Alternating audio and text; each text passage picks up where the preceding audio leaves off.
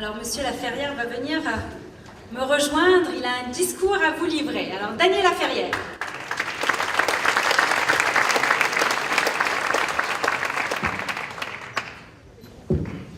Bonsoir devant ce public magnifique, enthousiaste.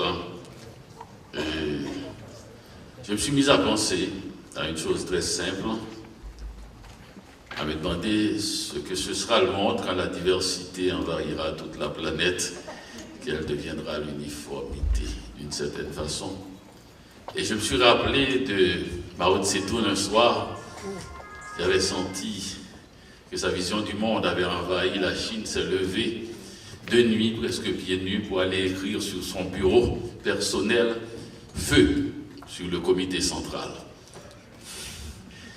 Et ça m'a fait me rappeler cette soirée, cette longue soirée que j'ai passée il y a des années avec Donald Jean, du temps qu'il n'était pas encore le patron de la diversité, où nous avons parlé très longuement, lui surtout, puisque j'étais là depuis très longtemps, et de ce qu'il voulait faire, la société, comment il voyait cette société, ce qu'il avait envie de faire. Et je le regardais, je souriais parce que je me rappelais moi-même, jeune homme arrivant à Montréal, et il avait une rage. Il voulait faire bouger cette société. Il était d'accord avec ce qui se passait et profondément en désaccord avec ce qui arrivait. Alors il était là, il faut qu'il se passe quelque chose. Et ça me faisait sourire. Il était à ce moment-là de l'autre côté de la vitre. Il regardait une société extrêmement organisée et il ne se sentait pas tout à fait dans cette organisation. Il voulait, disons, glisser son mot, sa vision, son regard. Il voulait faire partager cette humanité qu'il habitait, qui lui venait de sa nature profonde, peut-être haïtienne dans ce cas-là, disons le mot pour une fois. Et il était là, ce soir-là, ses mains, il se frottait les mains, il avait comme des démangeaisons. C'est extraordinaire de voir un jeune homme tout au début, avant même qu'il mette le pied dans la porte de cette société.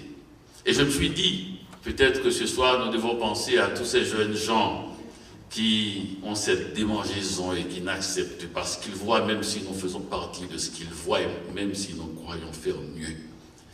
Il y a encore à faire. Il y a plein de jeunes gens actuellement dans des sous-sols qui tentent d'écrire, de penser, de faire des affaires et d'ouvrir le monde et qui sont totalement démunis, qui n'ont rien que leur énergie, rien que leur espoir et qui nous voient exactement comme nous avons vu les autres avant.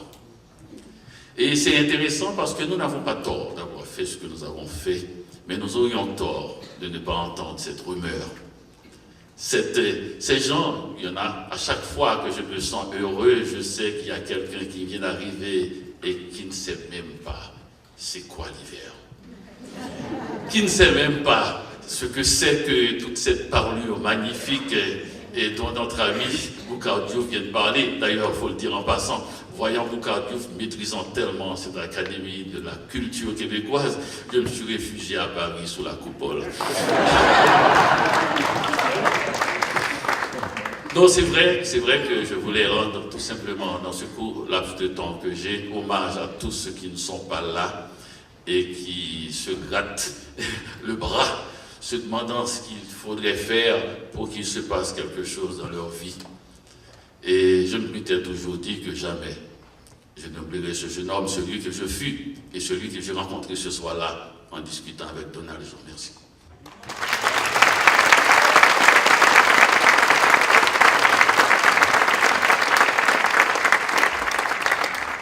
Merci beaucoup. Donc c'était Daniel Laferrière, membre de la prestigieuse Académie française.